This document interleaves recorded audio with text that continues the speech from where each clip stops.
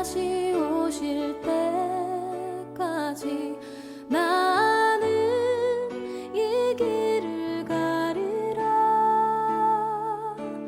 좁은 문 좁은 길 나의 십자가 지고 나의 가는 이 길 끝에서 나는 주님을 보리라. 영광에 내 주님 나를 맞아주시니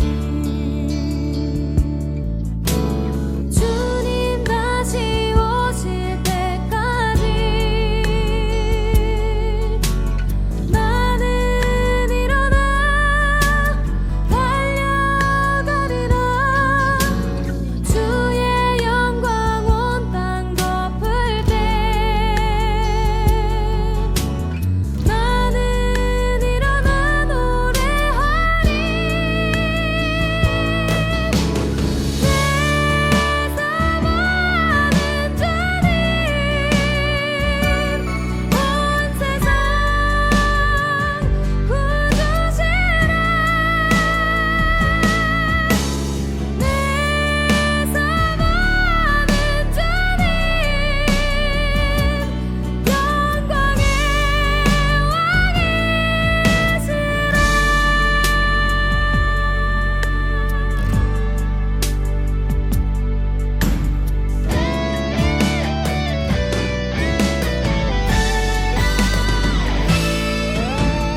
주님 다시 오실 때까지 나는 일어나 달려가리라. 주의 영광 온 땅 덮을 때 나는 일어나 노래하리. 내 사모하는 주님 온 세상 구주시라. 내 사모하는 주님 영광의 왕이시라. 내 사모하는 주님 온 세상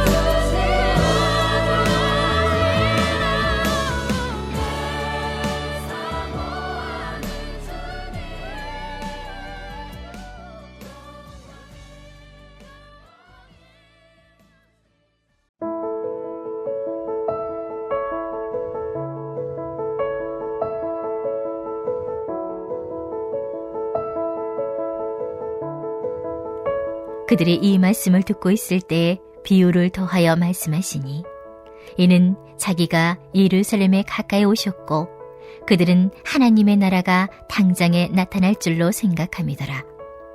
이르시되 어떤 귀인이 왕위를 받아가지고 오려고 먼 나라로 갈 때 그 종 열을 불러 은하 10문화를 주며 이르되 내가 돌아올 때까지 장사라 하니라. 그런데 그 백성이 그를 미워하여 사절을 뒤로 보내어 이르되 우리는 이 사람이 우리의 왕됨을 원하지 아니하나이다 하였더라. 귀인이 왕위를 받아가지고 돌아와서 은하를 준 종들이 각각 어떻게 장사였는지를 알고자 하여 그들을 부르니 그 첫째가 나와 이르되 주인이여 당신의 한 문화로 10문화를 남겼나이다. 주인이 이르되 잘하였다. 착한 종이여, 내가 지극히 작은 것에 충성하였으니 10고을 권세를 차지하라 하고, 그 둘째가 와서 이르되 주인이여, 당신의 한 문화로 5문화를 만들었나이다. 주인이 그에게도 이르되 너도 5고을을 차지하라 하고, 또 한 사람이 와서 이르되 주인이여 보소서, 당신의 한 문화가 여기 있나이다. 내가 수건으로 싸두었었나이다. 이는 당신이 엄한 사람인 것을 내가 무서워함이라. 당신은 두지 않은 것을 취하고 심지 않은 것을 거두나이다. 주인이 이르되 악한 종아, 내가 내 말로 너를 심판하노니 너는 내가 두지 않은 것을 취하고 심지 않은 것을 거두는 엄한 사람인 줄로 알았느냐? 그러면 어찌하여 내 돈을 은행에 맡기지 아니하였느냐? 그리하였으면 내가 와서 그 이자와 함께 그 돈을 찾았으리라 하고, 곁에 섰는 자들에게 이르되 그 한 문화를 빼앗아 10문화 있는 자에게 주라 하니, 그들이 이르되 주여, 그에게 이미 10문화가 있나이다. 주인이 이르되 내가 너희에게 말하노니 무릇 있는 자는 받겠고 없는 자는 그 있는 것도 빼앗기리라. 그리고 내가 왕됨을 원하지 아니하던 저 원소들을 이리로 끌어다가 내 앞에서 죽이라 하였느니라. 아멘. 3.1절이 지난 지 며칠 되었습니다. 제가 독립운동 관련 인물을 알아보던 중에 이 씁쓸하고 또 놀라운 정보를 알게 되었는데요. 그동안 이 훌륭한 인물이라고 생각되었던, 또 그렇게 배웠던 이 많은 사람들이 이 후에 친일파로 변절하였다는 정보였습니다. 그가 왕성하게 이 독립운동할 때 그의 모습에 비해서 이 친일 후에 그의 모습들은 너무 비굴하게 짝이 없어 보였습니다. 그의 일관된 별명들이 뭐였냐면, 일제강점기가 너무 길어지니까 이제 영영 독립하지 못할 것 같았다 였습니다. 이 역사적으로 한 세대를 구분할 때 대략 30년을 기준으로 잡습니다. 이 36년이라면 독립을 보지 못하고 죽은 세대, 그리고 태어나서 어른 세대가 되기까지 모두 함께 살게 되는 이 아주 긴 세월이죠. 그러니 이 독립을 포기하는 사람들, 아니면 이 태어날 때부터 이 조국의 개념이 뒤바뀐 사람들이 살게 되는 거죠. 이 사람들 생각하니까 이제는 이 변절자들이 도저히 미워지진 않더라고요. 이 반대로 끝까지 변절하지 않은 많은 분들이 오히려 정말 대단해 보였습니다. 우리 전주 지역에도 이 독립을 위해서 끝까지 힘쓴 많은 분들이 계시죠. 이분들을 향한 존경심 가지고 계시나요? 독립 얘기보다 이제 신앙 이야기로 들어가 보겠습니다. 본문입니다. 오늘 본문에 11절 말씀 보겠습니다. 11절에 그들이 이 말씀을 듣고 있을 때에 이 비유를 더하여 말씀하시니, 이는 자기가 예루살렘에 가까이 오셨고 그들은 하나님의 나라가 당장에 나타날 줄로 생각함이더라.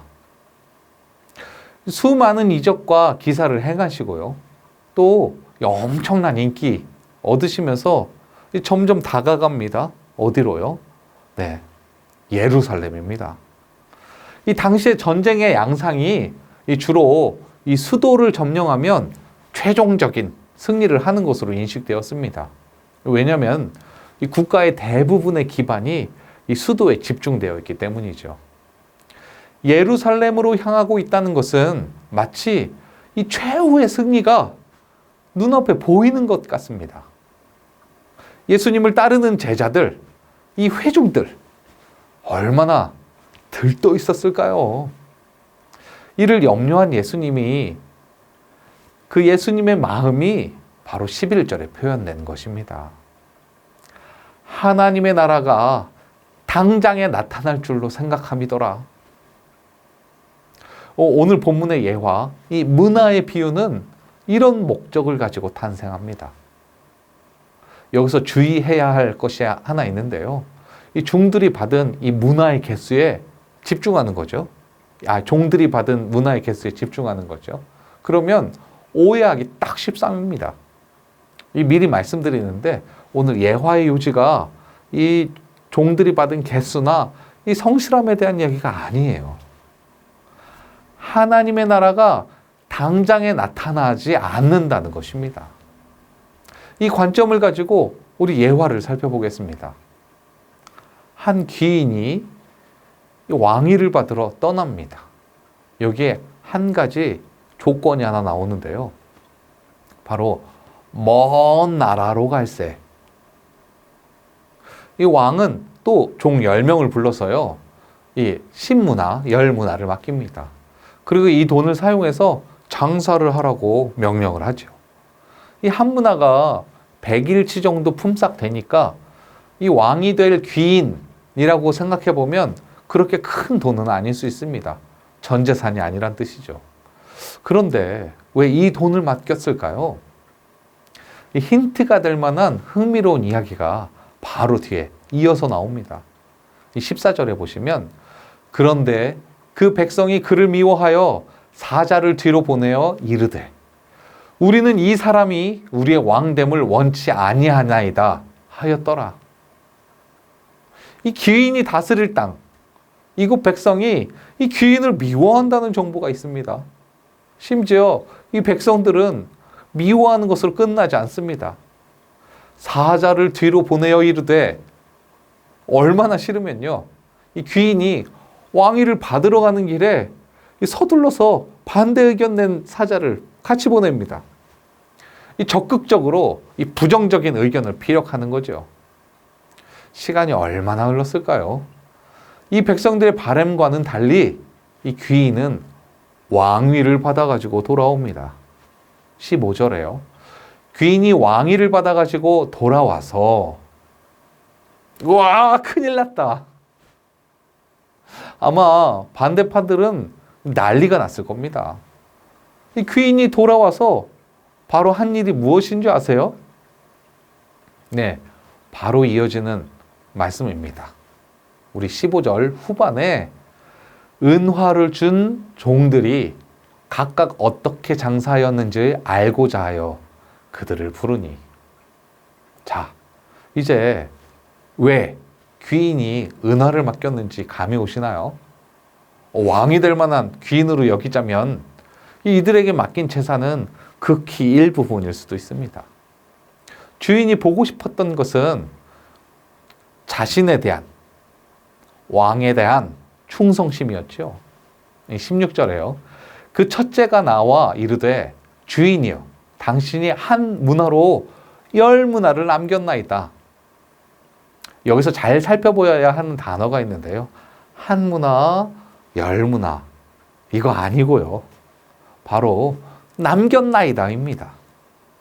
우리말로 보면 마치 종이 이 돈을 남긴 것 같이 이해하기 십상인데 이 성경에 쓰여진 원어로 보면 확실합니다. 이 남겼다라는 단어의 주어가 이 종이 아니라 주의 한 문화입니다. 즉 내가 아니라 이 주인이 맡긴 문화가 돈을 만들어냈다는 것입니다. 종의 이 종 자신의 능력이 아니라는 것입니다. 이 쉬운 우리말로 바꿔볼까요? 주님이 주신 은혜 덕분에 내가 이렇게 남겼습니다. 이렇게 되는 것입니다. 이 귀인이 이 왕이 되길 싫어하는 어떤 백성과 어떤 차이가 있나요? 이 충성될 뿐 아니라 이 심지어 겸손하기까지 합니다. 이 종들은요. 그러니 왕이 가만히 둡니까? 자, 이 10고을 네가 다스려. 5문화 받은 번 종도 마찬가지고요. 이 왕위를 받기 위해서 먼 여행을 했습니다. 심지어 이 반대파의 공격에도 시달려야 했고요. 이 충성된 종 얼마나 고마울까요? 또 한 문화가 10문화가 되었다는 것은 기간이 결코 짧지 않았다는 말도 됩니다. 이 경제나 정치적으로 커다란 격동, 요즘처럼요. 그런 게 없는 이 평범한 일상 속에서 자산이 10배로 불어나갔다는 것은 쉽지 않습니다. 게다가 이 주인의 돈이니까 안정적으로 운영했겠죠. 오랜 시간 충성되이 언제 돌아올지도 모르는 주인 기다리면서 주인의 명령 따르고 있었던 거죠. 주인이 보고 싶었던 두 번째가 이 충성심에 이어서 바로 믿음이었습니다. 우리 주인이 반드시 돌아온다는 믿음입니다. 그런데요, 이 반대되는 한 종이 있습니다. 한무나 처음에 나눠 가진 거죠. 이거 고스란히 가져왔어요. 다른 종들 보면 돈을 버는 기회를 만들어주는 수준이었습니다. 그런데 이 종은 아무것도 하지 않고 고스란히 그대로 가져옵니다. 분명 귀인은 떠나면서 장사를 하라고 명령을 했는데도 말이죠. 이 주인의 명령 어기면서까지 고집 피운 고집불통의 이 종의 이유는 무엇일까요? 21절입니다. 이는 당신이 엄한 사람인 것을 내가 무서워함이라. 당신은 두지 않은 것을 취하고 심지 않는 것을 거두나이다. 이 종은 주인을 무서워했습니다. 그 이유가 바로 이어서 나오는데요. 두지 않는 것을 취하고 심지 않는 것을 거두나이다. 이 말씀 들으면 어떤 생각이 나시나요? 저는 강탈이라는 단어가 생각납니다. 이 말은 이 주인의 심경은 어땠을까요? 가뜩이나 이 왕이 받으러 먼 여행 갔는데 그곳에서 만난 사람이 백성들이 반대한다고 보낸 사자였습니다. 여러 가지 이유를 들어서 반대를 피력했겠죠. 얼마나 망신살이 뻗쳤을까요? 내가 다스리는 백성이 내가 왕이 되는 거 반대해가지고 심지어 사자까지 보내서 계속 반대하는 상황이니까요. 이런 굴욕의 시간 보내고 집에 돌아와 보니까 심지어요, 내 종, 나를 위해 일하는 대가로 먹고 사는 그 인간이 나를 힐난하는 거죠. 이 종은 무능력한 종이 아닙니다. 귀인이 왕이 되는 것을 반대하는 그 백성들과 같은 마음이었죠. 그래서 고집을 피운 겁니다. 그렇게 하면 안 되는 것을 알지만 우리 주인이 잘 되는 꼴 도저히 볼 수가 없기 때문이었죠. 이들을 향해서 왕은 이렇게 표현합니다. 27절에요. 그리고 내가 왕됨을 원치 아니하던 저 원수들을 이리로 끄덕다가 내 앞에서 죽이라. 이야기가 원체 다이나믹하게 흘러가니까 우리가 말씀의 포커스를 놓칠 수 있어요. 처음에 말씀드렸다시피 이 말씀을 하시는 이유 자체가 예루살렘에 가까이 가기 시작하니까 이 예수님 따르던 사람들이 허망한 기대를 품기 시작했기 때문입니다. 이제 마치요, 이 하나님 나라가 당장이라도 나타날 것이라고 생각했기 때문입니다. 바로 뒤집어질 것 같았거든요. 13절에 다시 보면요, 먼 나라로 갈 때에, 이 먼 나라라고 하는 것은 그만큼 긴 여정을 뜻하기도 합니다. 오랜 시간이 걸린다는 것을 이야기 속에 상정한 것이죠. 바로 여기서 알곡과 쭉정이가 구분됩니다. 심지어 너무 비슷해갖고 구분이 힘들어도 말이죠. 이 시간이 길어지면 이제는 불가능하고 여겨졌던 이 대한민국의 독립처럼요, 너무 길어지면 그렇습니다. 주인이 언제 올지 모릅니다. 심지어 반대파가 가서 결사 반대하는 사자를 보냈지요. 왕이 되어서 올지 또는 패가망신 당해서 올지 이 종들의 입장에서는 도무지 알 수가 없습니다. 정말 우리 주인은 돌아오실까? 그래도 충성된 종은요, 주인이 맡기고 간 돈, 주인이 내린 명령 성실히 수행하며 기다립니다. 주인을요. 그러나 이 긴 시간 때문에 알 수 있는 것이 생겼죠. 누가 진짜고 누가 가짜인지요. 우리에게 적용해 보겠습니다. 왕이 돼서 돌아온 귀인은 누구죠? 바로 예수님입니다. 예수님이 왕이 되시길 거부하는 이 악한 원수들 누구죠? 사단과 이 악한 세대들일 것입니다. 이제 남은 건 우리들이죠. 착하고 충성된 종이 될지 아니면 저 원수들처럼 원수들과 같은 취급을 받게 될지 우리에게 달렸습니다. 오늘 예수님은 이 말씀을 통해서 끝까지 믿음 지켜라, 충성해라, 이 말씀만 전하려고 하신 건 아닙니다. 우리가 기다리는 그 날이 우리의 생각보다 훨씬 길다는 것입니다. 심지어 많은 오해를 받을 수도 있고요. 여러 가지 방해를 받을 수도 있습니다. 우리 잘 알죠. 요즘 같은 시국에 특별히 더 그렇습니다. 오늘 본문을 통해서 하시는 말씀은 반드시 돌아오신다는 것입니다. 그 믿음 놓지 말고 끝까지 충성되이 이 맡겨진 사명 감당하면서 기다리라는 것입니다. 우리 안디옥 교회에 맡겨진 사명 뭐지요? 바로 선교입니다. 우리를 이 땅에 이 선교사로 보내셨죠. 가족으로, 직장으로, 학교로, 회사로, 또 우리 동네로요. 어쩌면 길고 긴 기다림의 싸움이 될 수도 있고요. 그래도 예수님 반드시 오시는 거 믿고 순종하면요, 우리의 사명 포기하지 않고 잘 감당할 수 있습니다. 오히려 이 긴 시간이 우리에게 선물처럼 될 수도 있습니다. 내가 아니라 바로 이 주인이 주신 문화, 이 하나님이 주신 달란트가 비록 내가 못났어도요, 이 하나님이 주신 선물을 통해서 이 열매를 맺을 수 있는 이 기회의 시간이 될 수도 있기 때문입니다. 불현듯 어느 날 예수님 오셔서요, 정말 잘했다, 착하고 충성되구나, 이 칭찬 우리가 들으면 되는 거죠. 우리 힘들어도 인내하면서 우리 서로 격려하면서요, 그날 기다리자고요. 우리 함께 기도하겠습니다. 반드시 다시 오실 예수님 믿는 믿음의 삶 살게 하옵소서.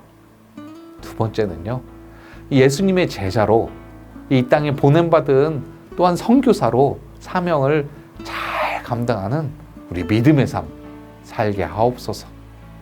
우리 세 번째 기도하실 때는요, 우리 선교제에 있는 선교사님들 사역 가운데 이 하나님의 은혜로 말미암아서 놀라운 열매가 맺어줄 수 있게 하옵소서. 축복하옵소서. 우리 함께 기도하시겠습니다.